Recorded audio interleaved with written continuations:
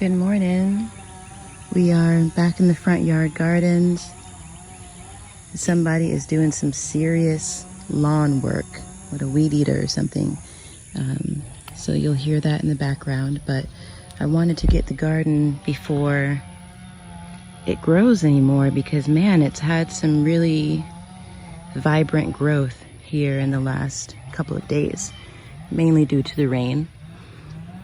Lots of bell peppers, like lots and lots of bell peppers. Someone came over and was kind of passing through the other day, and he told me that he has a bell pepper plant that's been coming back for 3 years now. So that gave me hope that when this season is over, we can just cut these guys back and see what happens if they return. Here's sorghum and lots of different beans. Cucumbers and Birdhouse Gourds. The tool is working for everything, for the watermelons, for the cantaloupes, for the Birdhouse Gourds. And these guys are getting really big. They're so healthy. And I pulled the skirt off of one of them this morning so you could really see it. This one is fairly young and new. They're so soft. You can kind of see the little fuzz up there to give you an idea of what they feel like. The leaves are so soft, kind of like datura. Datura is a little bit softer. Oh, here's a baby. So I'll cover this guy back up so that the squirrels don't get him because, you know, they come and eat things before they're ripe sometimes. Here's another gourd. I'm not sure if it is loofah. The leaves look a little bit different, but they're young. Here is some beet greens. We planted some beets way back in the spring and they didn't really do anything until now. So we can cut those back and cook them up and eat some beet greens. The spearmint, as usual, is going off. It's just gonna go and go and go all summer, I think, which is surprising to me because I always thought of it as being fragile, but it's very hardy, actually. Here are the rattlesnake beans. I'm so happy that I put these on the trellis because they're using it and they're climbing. This one is really climbing up. And a lot of the other rattlesnake beans I did not put on a trellis, so we'll see what happens if they choke everything out around them. But that's something to keep in mind next season or next time I plant them. This molasses sorghum is doing really well. And I was thinking about sugarcane the other day because when I was growing up, we used to eat a lot of fresh sugarcane, and I don't really understand how. This was in Virginia, so maybe we knew someone who was growing it, or I'm not sure. But my dad used to always tell us to bite, suck, and spit to get the sugarcane sugar out. So you bite the stalk, you chew it up, you suck the juice out, and then you spit out the fiber, you know. So I'm looking forward to trying that with this sorghum. Bite, suck, and spit. All of this is amaranth, and as you can see, I have not moved it because I just don't want it to struggle because it's already so hot, and I feel like transplanting it to get it along the trellis might not be the best thing for it. You can tell the amaranth because of the red stalks. It's really healthy and thriving right now, which is another reason why I hesitate to move it. The sacred basil is coming back. I cut that way back recently and it's coming back for another go. Okra. I harvested a few of these okras. Oh, here's a flower that's about to open up. How precious. I'm going to come around to the other side, see if I can catch that. This one is about ready. But I made an omelet yesterday with a dozen eggs from the chickens, and I put okra in it, and it was really delicious. So I've been trying to figure out ways to use the okra because we only really get a few at a time. Let's see. See, that flower is just about to open. Ooh. Looks almost like a butterfly coming out of its chrysalis. And the okra is really soft and fuzzy. This is a good example of the fuzziness. You can kind of get an idea of the texture. You know, everything has such unique textures, so it's really nice to come and feel the leaves and touch the flowers. Everything is so unique. We also made a pound cake yesterday, and we used half a dozen eggs in the pound cake, and it came out really moist and really, really delicious. And we used cake flour. So Ziggy and I told him that we can bake one thing per month. And so this month, our thing was that pound cake. It was so good. The zinnias, these are the zinnias that I planted in the spring. So they're really tall, and they've been giving so many flowers. And it's really interesting to see if you give time for, like if you don't come out and cut the flowers right away, they continue to unfold and get bigger. So these will actually get a bit bigger before I come and cut them.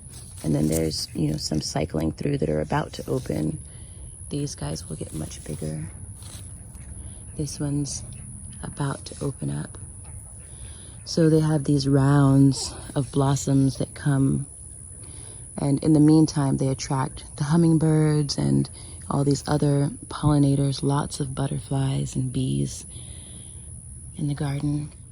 These are the younger zinnias, and one of them actually bloomed. Where is it? Here. So they're all getting ready to bloom, which is surprising because it's pretty fast, I think. Here's one that's going to open soon. So these little shorties are the next generation of zinnias that came out and threw out all those seeds, if y'all remember. And these are them.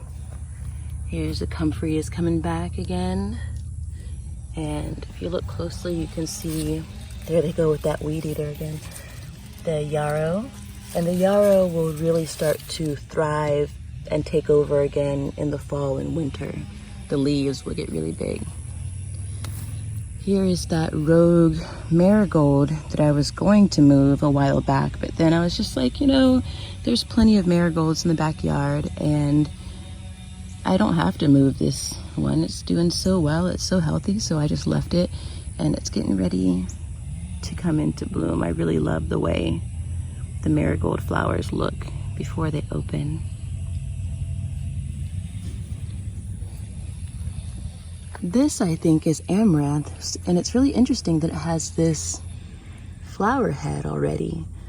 I'm not really sure if I should pinch it off or just let it go, so I'll probably just let it be because I don't want to interfere too much, but I also want it to grow large. So if you have any experience with growing Amaranth, please let me know if you think I should pinch this flower head off to let it grow bigger and spread out, or if I should just leave it.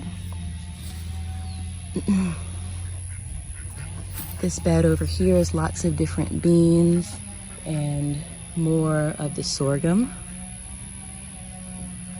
And I planted here some desert squashes. So I'm not really familiar with them, but we'll see what happens with these squashes because they're supposed to be more heat tolerant. I also planted lots of sesame, but I'll have to check the sesame that's growing in the backyard so that I can identify it because I don't really know what it looks like. This PassionVine has really taken off over this last week or so, and it's climbing up the trellis. You can see it's got 1, 2, 3 little flower buds, and I'm excited about this PassionVine because it's in full sun, and the ones that are in the backyard gardens are in really at least partial or full shade, and they give a lot of flowers, but this one I think will really explode with the flowers now that it's gotten going because it has so much more access to the sun. And I'm also excited to harvest a lot of the leaves, and I have a PassionVine workshop coming up. The next One Herb at a Time will be on PassionVine, so we'll really talk about different ways that we can utilize the medicine and connect with this really magical being. The oregano is still doing good. It's been here since the spring and we've cut it back a lot of times. Here on this amaranth, you can see it's got this reddish tint to the leaves. And amaranth traditionally has been used as a plant dye. And so I'm really excited to see what kind of colors I'll get out of it. And I've planted so much that we'll have plenty to eat and also to save and store and to use as plant dye. So we'll see. Over here, of course, are the sweet potatoes. I cut back the sunflowers that were here because they had gone to seed, and so we saved those seeds. And here you can see I was determined to eat sweet potatoes the other day, and I was a little bit over ambitious because this is what they look like when I dug them up, and I need to come out here and properly bury them again because they're all exposed. There's a kid saying good morning. In this bed, we have more of the same. And I won't know what all of the different beans are that I planted until they start to produce because there's so many different bean varieties that I planted in addition to the rattlesnake beans that we'll just have to wait and see. But here's what I was talking about. With the rattlesnake beans, they're latching on to other things because they don't have a trellis in this bed. You see they're latching on here to the amaranth. And I think it'll be fine, but it's just definitely something to keep in mind. And if you plan on planting rattlesnake beans, just be sure to put them next to a trellis or a fence. We have a little cantaloupe over here, which is still doing its thing. No squirrel teeth marks, thank goodness. Let's see, we'll undress it for a minute. And you see, I don't knot the tool or anything. I just kind of drape it over and it clings. So it'll cling to the melon and kind of hold itself together. There's a little cantaloupe. And I'm not sure if it's just my own impatience, but gosh, it seems like this guy is taking so long to become ripe. And I'm really excited for a full cantaloupe. And so, you know, maybe it's just my own impatience. This is hard to do with one hand, so just bear with me. But I want to show you how it just will kind of cling to itself. There we go. There's a bee buzzing around here. I don't know if y'all can hear that. Amidst the weed eater, and then there's the ducks going. Okay, so there we go. Let's see. That is pretty much all that we've got going on right now, which is a lot. You know, everything is really, really thriving due to that rain.